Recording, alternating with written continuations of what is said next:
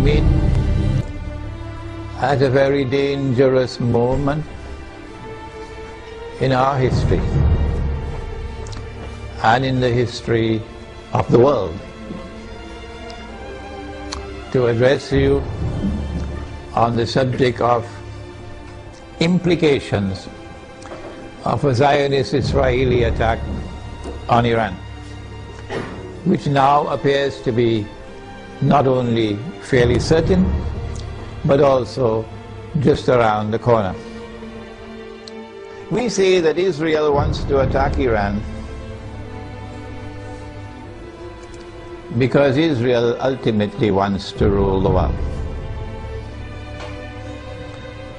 Because the Zionists want to rule the world. Because the Judeo-Christian Zionist European Alliance wants to deliver to the state of Israel the status of ruling state in the world. That's why we believe all these wars are taking place. And so this is why they want to attack Iran. You have the right to wage war against the people unjustly. And so an attack on Iran would be unjust war. But I want to say something more. To those who are beating the drums of war in the Arab world and who are looking forward to the attack on Iran, that you are beating the drums of unjust war. And when the attack takes place, you will be committing the same sin as supporters of the war, as those who are themselves perpetrating the war. And shame on you! Shame on you, we say to you, straight to your faces, from here in Malaysia, that if you support the attack on Iran, you are supporting unjust war. You are yourselves a party of dhulm. And Allah does not provide guidance to the people who commit dhulm. One of the reasons why many Arabs, not all Arabs, but many Arabs are beating the drums of war, looking forward to an attack on Iran, is because Iran is Shia. They hold the view that Shia are kuffar, and hence it is permissible to launch war on the kuffar, the disbelievers. How can you come to this conclusion that the Shia are kuffar? If the Shia are kuffar, then there must be some ijma' or consensus of opinion on that subject. That consensus has never been achieved in 1400 years. As a consequence, we say it is too late in the day now for you to come with any manufactured arguments declaring the Shia to be kuffar. The drum beating against the Shia and the attack which is about to be launched on Iran is located in a larger framework in which those who are waging war on Islam are seeking to do something that will function as a catalyst for creating Sunni-Shia civil war in the world of Islam. Sunni-Shia civil war would be something that would be massively beneficial for Israel. Number one, Sunni-Shia civil war will make Islam look negatively, a negative image in the world, at a moment when Islam is center stage in the attention of the whole world. Number two, Sunni-Shia civil war in Islam, Sunni versus Shia, would function as a diversion, diverting attention, both Muslim and non-Muslim attention, away from the plans of the Zionists to rule the world. Thirdly, Muslims fighting against themselves will obviously lead to a loss of power. Our power will decrease, and that will be strategically advantageous for Israel. War on Iran obviously is going to impact on the world economy. Number one, on the price of oil. not only because Iran is a major supplier of oil, but also because Iran is located in that basin that the Iranians call the Persian Gulf and the Arabs call the Arab Gulf, and they're still fighting over the words. The price of oil is going to shoot up because Iran can also block the Straits of Hormuz. There's Iranian territory on this side and Oman on that side. It's not difficult for Iran to block the Straits of Hormuz and disrupt all the passage of oil tankers. So we can anticipate fairly confidently that the price of oil is going to escalate dramatically once the attack takes place. And the American government knows that. And that's why the American government does not want Iran to be attacked. Because the American government knows, and the Federal Reserve knows, and the bankers also know, that the US dollar is going to collapse. It will not survive an Israeli attack on Iran with the price of oil shooting up through the roof. And if the US dollar collapses, of course, they're going to have to demonetize the US dollar. It will no longer be legal tender. They have to have something in place. They probably already have something to replace it, but at a fraction of its previous value. The American economy is going to collapse.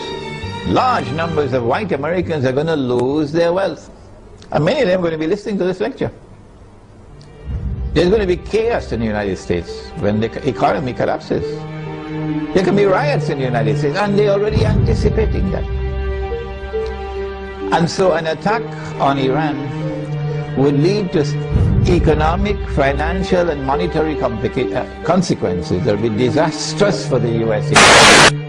An attack on Iran can be launched simultaneously with an attack on Pakistan.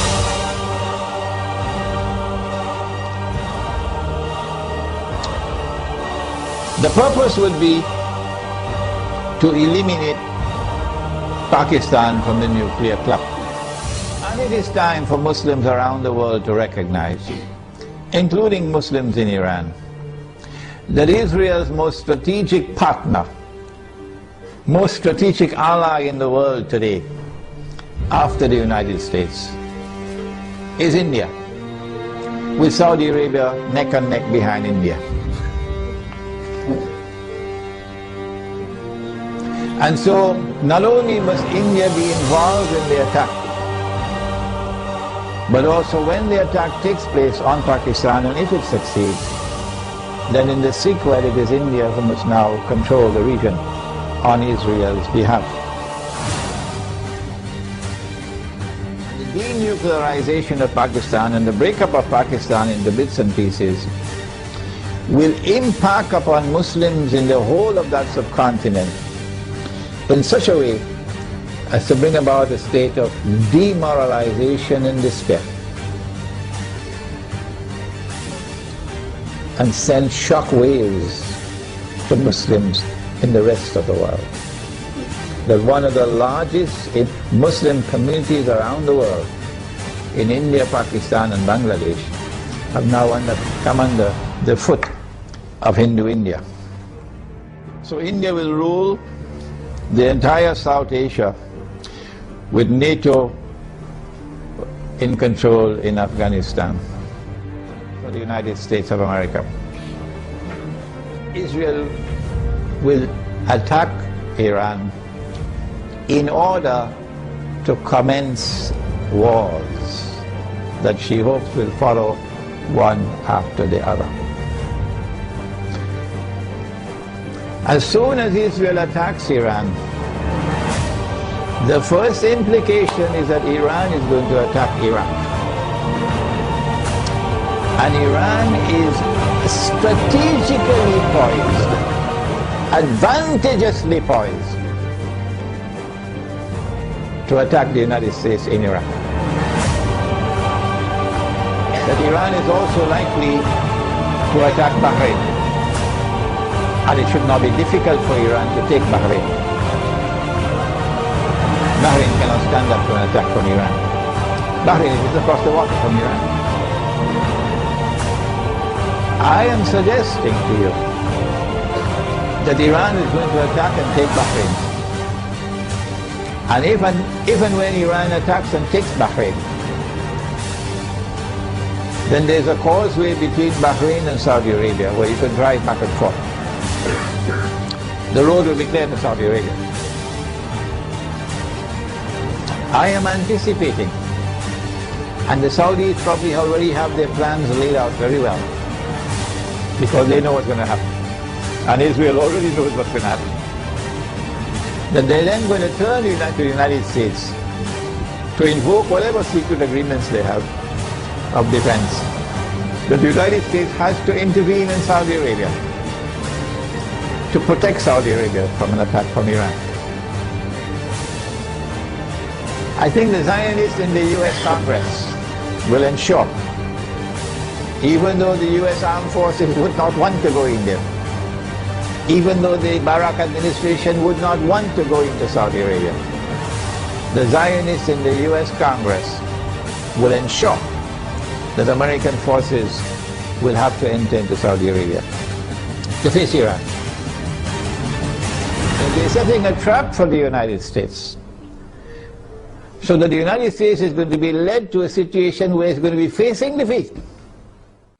I think that for Russia and for China, an Israeli attack on Iran, particularly if it involves the use of nuclear weapons, would be recognized as a threshold being crossed.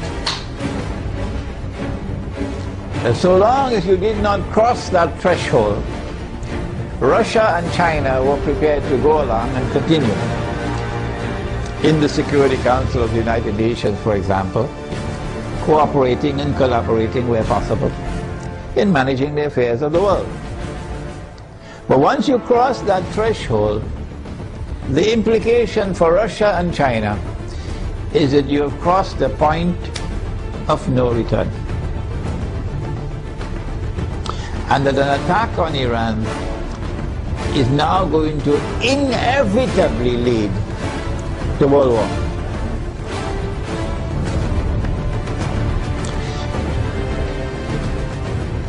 That after Iran and after Pakistan and after the Arabs, the Zionists are going to turn on China and Russia to make sure that China and Russia also bend down their knees and accept Israel, so that Israel can become the ruling state in the world. So Russia and China would know, today it's them, tomorrow it's us. And they're not going to wait until tomorrow to recognize that. The minute Iran is attacked, they will recognize that the threshold has been crossed, and that we are now moving inevitably towards nuclear war. Russia and China acted strangely on Libya. You remember? When the vote came to the Security Council, they abstained, knowing full well that if they abstain, the resolution will be carried, and that is the end of Gaddafi and end of the Libyan government. Why did they do that? I felt that perhaps they knew what the plan was, and they wanted to let the Western world, NATO, to sink deeper and deeper into a quagmire, you know, like shifting sands, you can't get up. So eventually they will end up in the graveyard, and only then will Russia and China attack them. How are Russia and China responding to Syria at the moment? How will Russia and China respond to an attack on Iran and on Pakistan?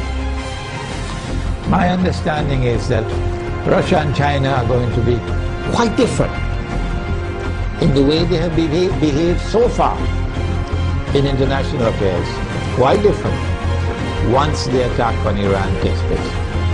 And so we will be heading ultimately towards World War.